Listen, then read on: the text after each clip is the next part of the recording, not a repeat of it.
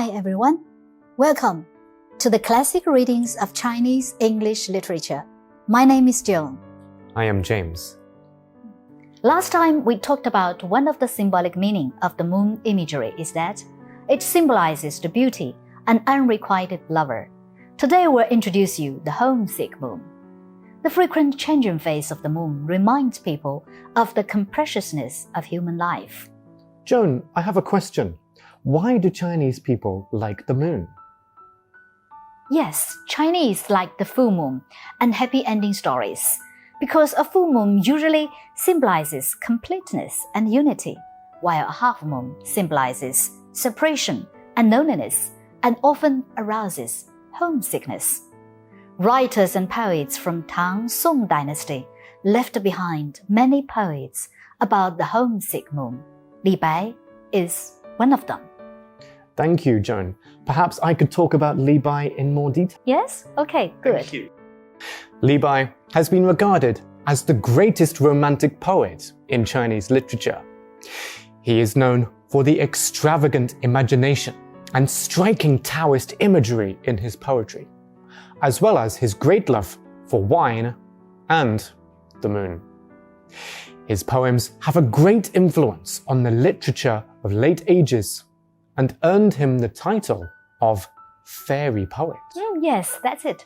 Li Bai lived in the Tang dynasty. In Chinese history, Tang dynasty is considered the golden age of the poetry. It witnessed the zenith of Chinese ancient poetry, with many renowned poets appearing over a period of less than 300 years. About 50,000 poems remain widely known today. In fact, the complete anthology of Tang poems is the greatest ever collection of Chinese poetry. Yes, that's right. So the Chinese name, we called it 全唐诗. Oh, thank you very much. Li Bai had an unquenchable passion for the moon. Among his over 1,000 poems, 336 are concerned with the imagery of the moon. According to legend, he is said to have drowned in the Yangtze River, having fallen from his boat while drunkenly trying to embrace the reflection of the moon. Every Chinese learns Li Bai's poem from childhood. He is as important as in Chinese literature as Shakespeare is in British history. Yes. We read his first collection Memories of the Moon. When I was young, I didn't know the moon. I call it a white plate of jade. 小时不识月，呼作白玉盘. The moon in the sky is Li Bai's eternal bosom friend in spiritual life, and also a frequent visitor to Li Bai's poetry. When he grew up and left his hometown, he brought us the moon nostalgia. Every Chinese child can recite this poem, 静夜思. 床前明月光，疑似地上霜。举头望明月，低头思故乡。 Joan, perhaps I could read the English translation for our viewers. Yes, go ahead. Thank you. Do you know who translated this? It was translated by a very famous Chinese translator, Professor Xu Yanchong. Thank you. It is called Thoughts on the Tranquil Night. Before my bed, a pool of night. I thought it frost in the ground. Lifting my head, I see the moon. Bending my head, I miss my home. Li Bai wrote this poem when he was 26 years old, living in an inn alone, far away from his hometown. The last line is the theme of the poem. Joan, why is the theme sleeplessness? Yes, because of homesickness. Oh. Yes. The round moon reminds the poet of the people and places he's separated from. He is overwhelmed by grief and longing. Li Bai here touched on an universal theme with this poem, homesickness. The lonesome people around the world feel the same as they gaze at the same moon. In Li Bai's poem, imagery of the moon is so rich, the connotation is so profound that no other poets could parallel him in his time. Drink Alone by Moonlight, 月下独酌, is another example of some of the most famous aspects of his poetry. A spontaneous poem full of natural images. Let's read this poem and its English edition translated by Arthur Waley. 花间一壶酒，独酌无相亲。举杯邀明月，对影成三人。月既不解饮，影徒随我身。暂伴月将影，行乐须及春。 The English poem is called Drinking Alone by Moonlight. A cup of wine under the flowering trees.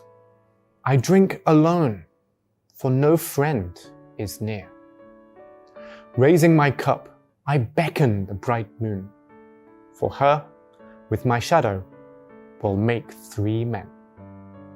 The moon, alas, is no drinker of wine.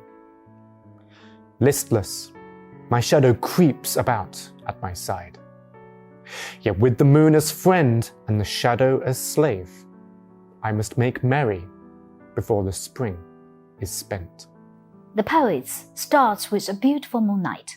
The fragrant smell of the flowers breezes in the wind. The poet has a pot of wine, drinking among the flowers, a pleasant and tranquil night. But he was unhappy because he drinks alone. The poet used vivid phrases like a pot of wine, my own shadow, created a lonely picture. Li Bai is a master of rich imagination and creation. He creates a new spiritual realm in the poem. So when we read a toast to invite the moon and the shadow, we won't be surprised. But the moon neither speaks nor drinks. The moon is remote. It is high above the sky. Although the shadow can touch at hand, there's no real communication. So in second stanza, at this moment, we can understand his deep, lonely feeling. Li Bai is a great poet with political ambitions. He wants to serve his country, but unfortunately, the Emperor Tang Minghuang doesn't like him, only asks him to create poems for his wives. He's depressed and often drowned his sorrows in the moonlight. The moon and the wine bring him some comfort. Let's look at his following stanzas. 我歌月徘徊，我舞影零乱。醒时同交欢，醉后各分散。永结无情游，相期邈云汉。 May I please read the English translation? Yes. The translator again, is it the legendary professor you mentioned? Yes, yes. Thank you. Here are the following stanzas. To the songs I sing the moon, flickers her beams. In the dance I weave my shadow, tangles and breaks. While we were sober, 3 shared the fun. Now we are drunk, each goes his way. May we long share our odd, inanimate feast, and meet at last on the cloudy river of the sky. Finally, the poet got drunk. But in the last moment of his sanity, however, we couldn't find that he was not discouraged at all. He makes a promise to the moon. Heaven endows me talents. I will not make in vain. A time will come to ride the wind and cleave the waves. I will set the sail to cross the sea and reach to destination. He's still an optimistic fairy poet. Yes. The moon is frequently depicted in Chinese Asian poetry and prose and used to reflect the writer's emotions. A crescent moon or waning moon represents sorrow. In Li Yu's poem, it conveys his mixed feelings of regret and nostalgia. Joan, excuse me, who is Li Yu? Li Yu is the last ruler of the southern Tang kingdom. Oh. His kingdom was brought to the end by the Song in the year of 975, and he was captured and taken to the Song's capital, Kaifeng, as a captive. So Li's moon dwelt on his regret for the lost kingdom and the pleasure it had brought him. He was finally poisoned by the Song emperor in 978. So Li Yu has been called the first true master of Ci. Ci? Could you tell us more about this? Yes. Ci is a form of irregular lyric Chinese poetry. Li broadened its scope from love to other topics, including history and philosophy. He also introduced the two-stanza form and made great use of contrasts between longer lines of 9 words and shorter ones of 3 and 5. Let's look at this poem, Joy at Meeting. 相见欢，李煜。无言独上西楼，月如钩。寂寞梧桐深院锁清秋。剪不断，理还乱，是离愁。别是一番滋味在心头。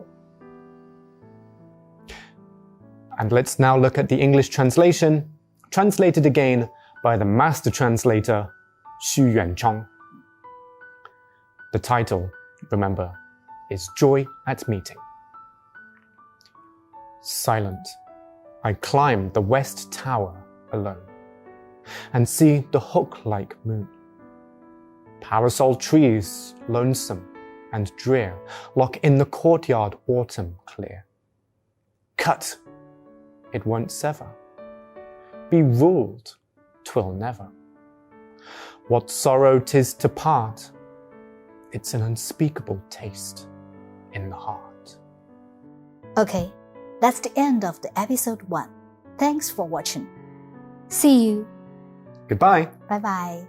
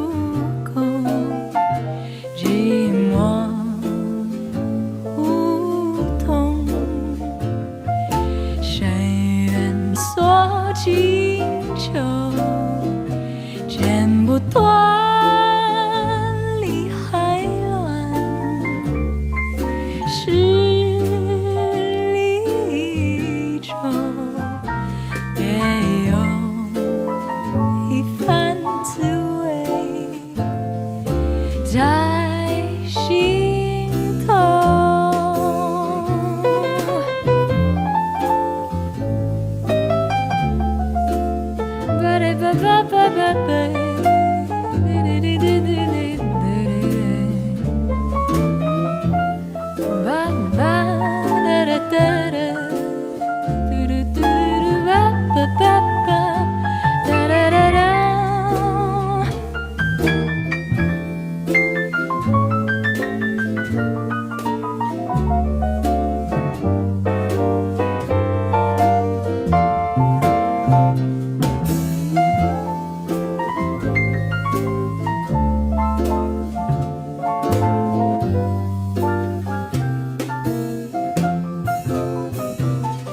不要